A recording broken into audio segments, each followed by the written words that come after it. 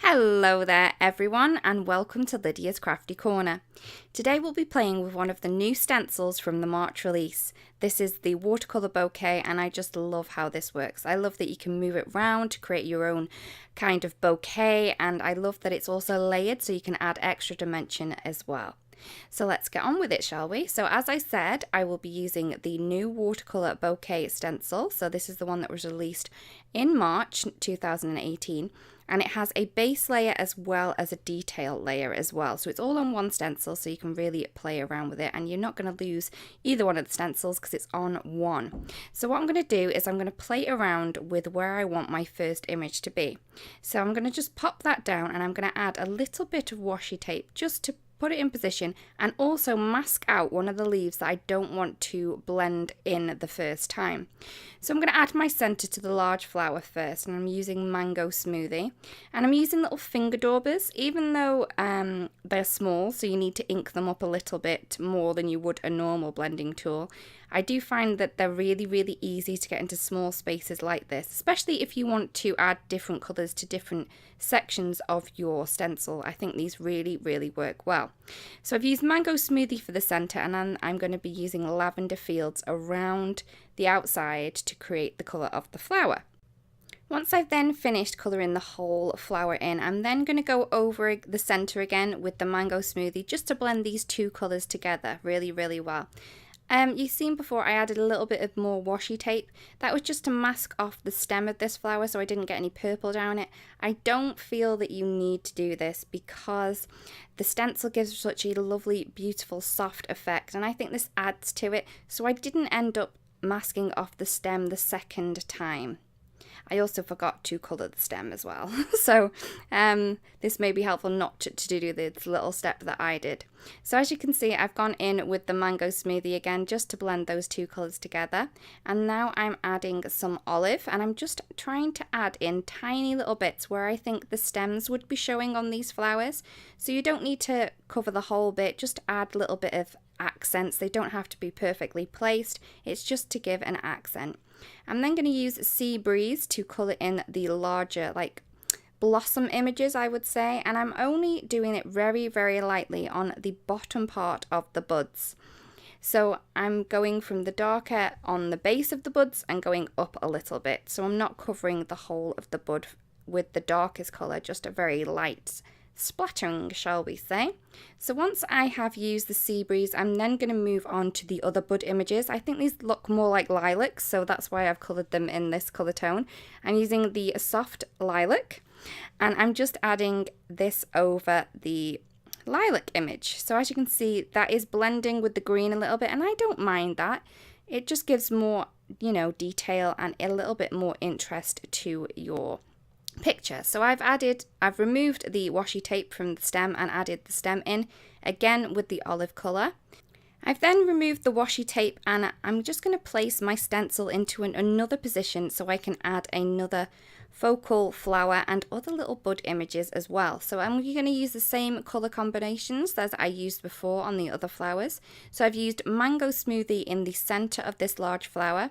I'm then going around with the lavender fields and then taking the Mango Smoothie again to blend these colours together.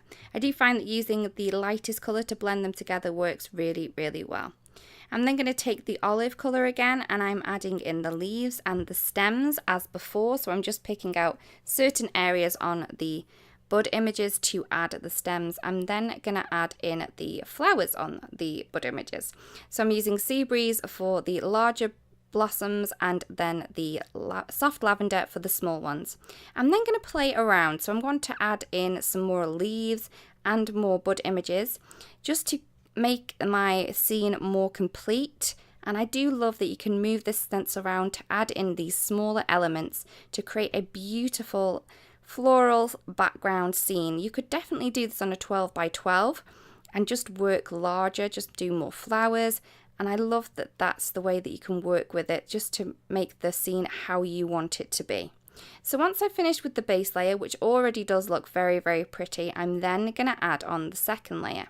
So I haven't turned the stencil over, I'm using it on the same side, and I'm then going to add in the detail layer. So for this one, I'm going to be using the deep iris for the second layers on the big flowers.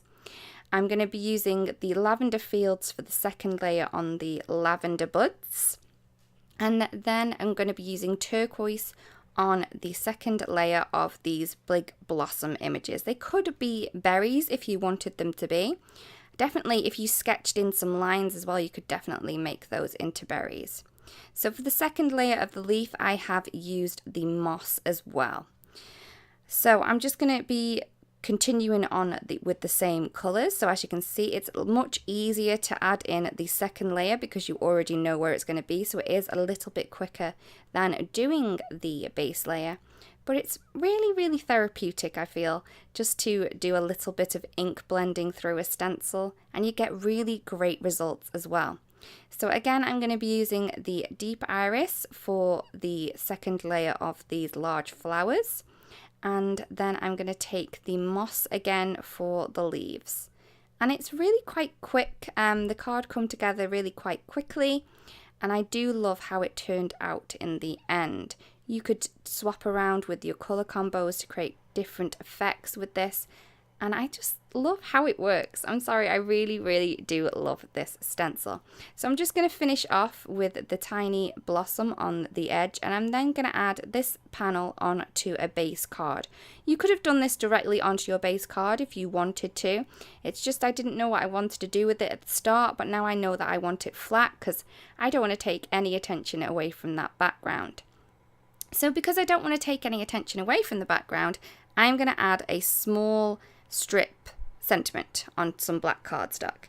And while I'm doing this, I thought I may as well create another couple of more sentiments. So all I'm doing is I've taken the Sketchy floral stamp set and I've taken a black strip of cardstock.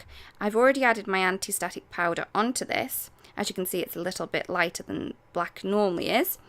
And I am just adding a couple of sentiments onto acrylic block. If you add them onto a gridded acrylic block, it really does help get them straight.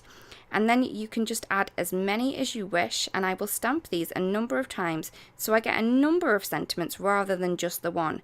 So I can pop these in a little bowl and have them on hand when I do want a black sentiment strip, which is very, very often. I tend to grab a black sentiment strip for nearly every card I make. So I'm just going to, as you can see, I've stamped that in some embossing ink. I've stamped it twice, so I now have 8 sentiments rather than just 1.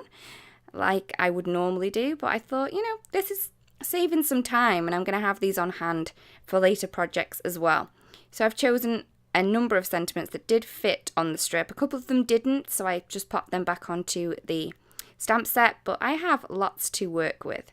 I've then cut it into a small sentiment strip, just using my trimmer, added some foam pads behind, and there is my card complete.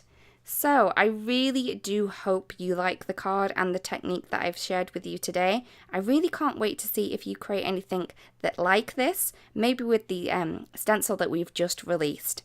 So thank you so much for watching. I really do hope you have a beautiful day. If you are in the mood to watch a couple more videos, there are a couple more here. If you don't want to miss out on any videos that we do upload to the channel, we would love it if you do subscribe. Thank you so much for watching, and I'll see you again really soon. Goodbye.